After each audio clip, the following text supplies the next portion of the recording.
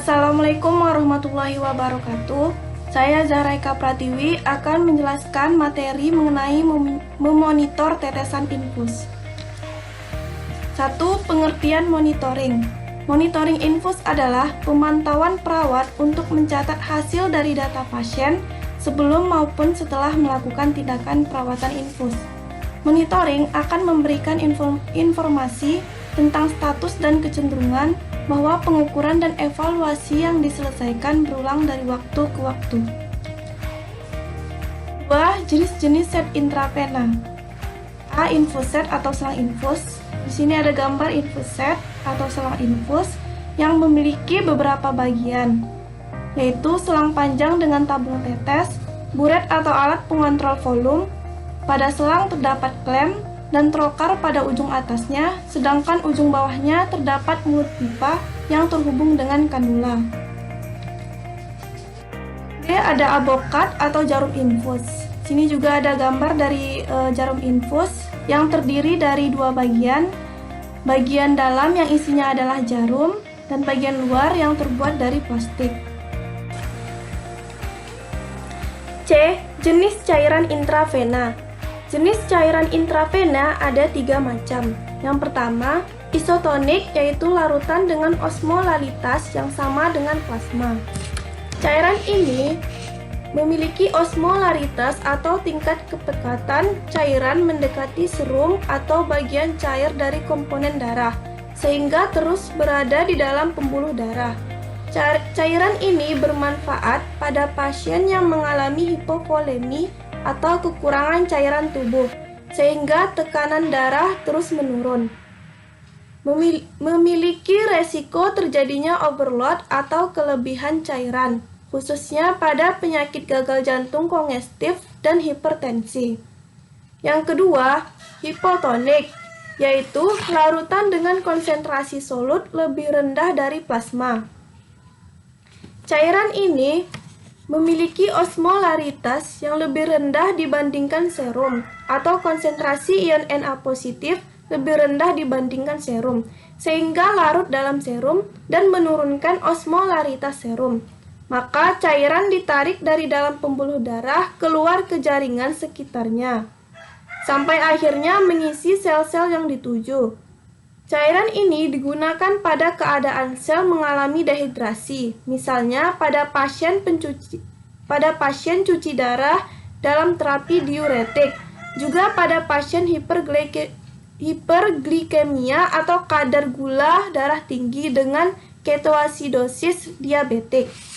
Yang ketiga, hipertonik, yaitu larutan konsentrasi solut lebih tinggi dari plasma.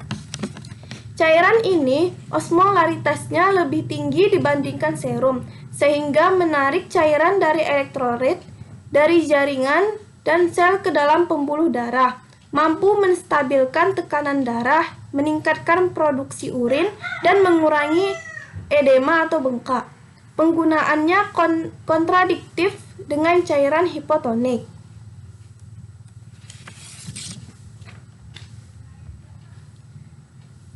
Yang ketiga, pengaturan tetesan infus. Laju arus infus ditetapkan menurut perintah dokter. Dokter mungkin telah menentukan jumlah tetesan infus dalam 8 atau 24 jam. Laju infus dihitung berdasarkan jumlah tetes larutan per menit. Ada 2 metode yang digunakan untuk menghitung jumlah tetesan. Yang pertama, jumlah mililiter per jam. Jumlah tetesan dihitung dengan membandingkan volume cairan yang harus diberikan dalam mililiter dengan lamanya pemberian. Yang kedua, tetesan per menit. Jumlah tetesan dihitung dengan mengalihkan jumlah cairan yang dibutuhkan dalam mililiter dengan faktor tetes, kemudian membaginya dengan lama pemberian dalam menit. Rumus menghitung tetesan infus per menit, itu jumlah tetesan per menit sama dengan jumlah cairan yang dibutuhkan dikali faktor tetesan dibagi tetesan yang ditentukan dalam jam dikali 60 menit. Contohnya, cairan yang tersedia 500 cc harus habis dalam 10 jam. Berapakah jumlah tetesan setiap menitnya? Jumlah tetes per menit itu sama dengan Tadi rumusnya yaitu jumlah cairan yang dibutuhkan adalah 500 cc, 500 dikali faktor tetesan 20 per tetesan yang ditentukan itu dalam 10 jam dan dikali 60 menit. Maka hasilnya adalah 16,6 tetes per menit. Di sini saya akan sedikit menjelaskan tentang faktor tetesan. Faktor tetesan itu ada dua, yaitu tetesan mikro dan tetesan makro.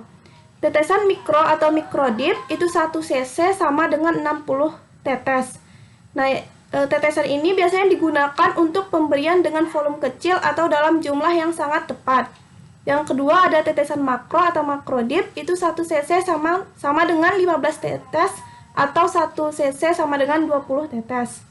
Nah, tetesan infus itu diatur sesuai program pengobatan, tidak boleh terlalu cepat atau terlalu lambat.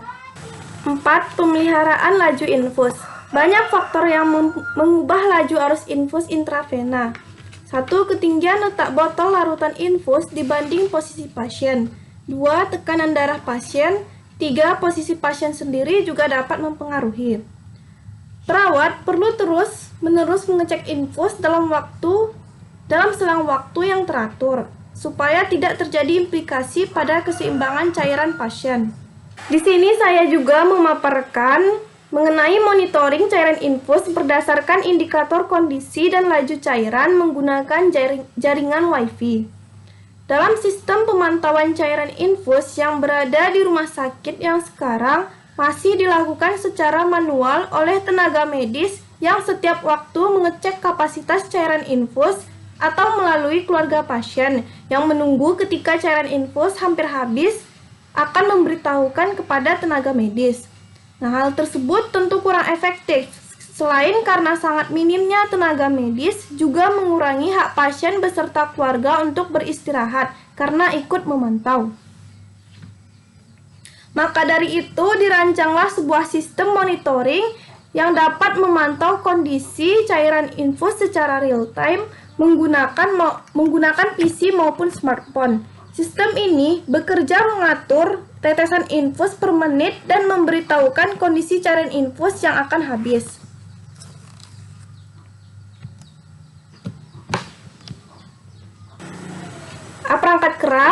Perangkat keras itu terdiri dari beberapa bagian. Yang pertama ada Arduino, adalah platform pembuatan prototip elektronik yang bersifat open source hardware yang berdasarkan pada perangkat keras dan perangkat lunak yang fleksibel dan mudah digunakan.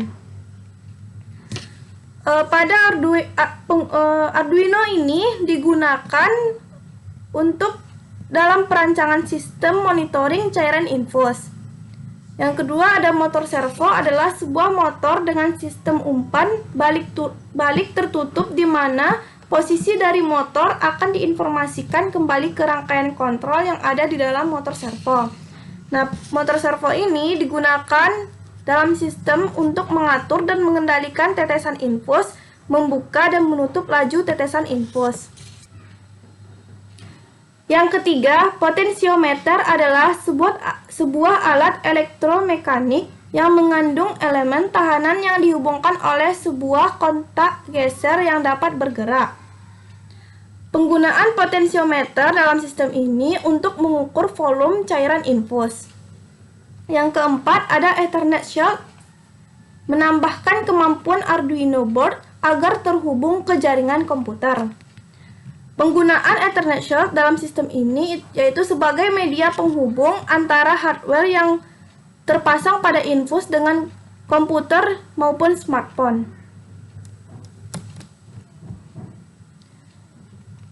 B. Ada software atau perangkat lunak.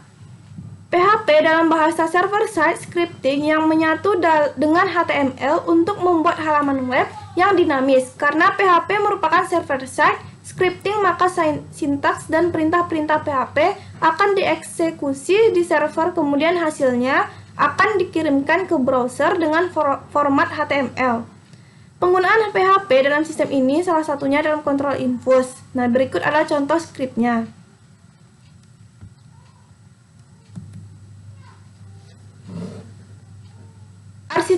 Arsitektur dan perancangan sistem. Pada perancangan penelitian ini terdapat arsitektur sistem yang saling terhubung, yaitu input, proses, dan output.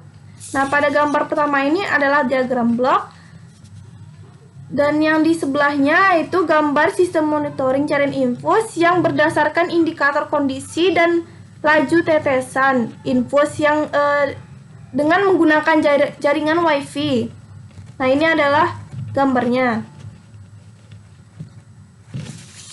Nah, dari gambar ini, gambar kedua ada flowchart monitoring cairan infus. Nah, dari flowchart yang di samping, kegiatan pertama kali yang dilakukan pada sistem ini itu bisa dilihat dari sini, mulai